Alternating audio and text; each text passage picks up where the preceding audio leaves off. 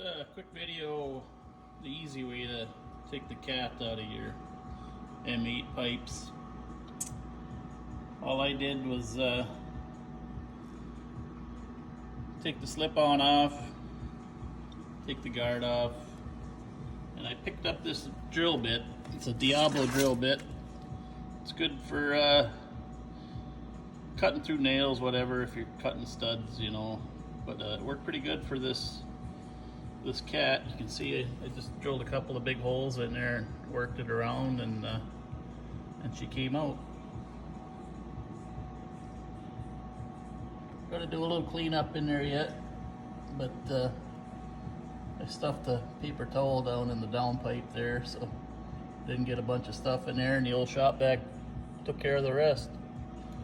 But I see a lot of videos where guys are either cutting the welds, taking it apart, cutting a U out of it and re-welding it. And this was by far way easier than all of that, and it worked good.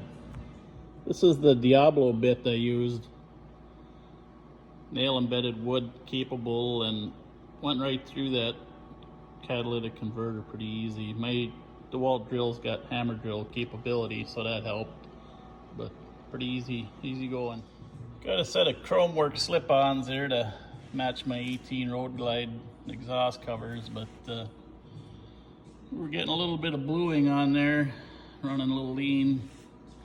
So we picked up the Vance and Hines FuelPak FP3. Should open things up a bunch, and that's partly the reason why I got rid of the cat. And I was lucky enough to have an old cylinder going around. Really cleaned it up nice in there. If we can see, she's gonna flow good now.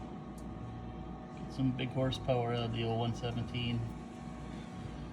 So, easy way to do her, fellas, ladies, whoever's doing it. Beats the heck out of cutting and welding.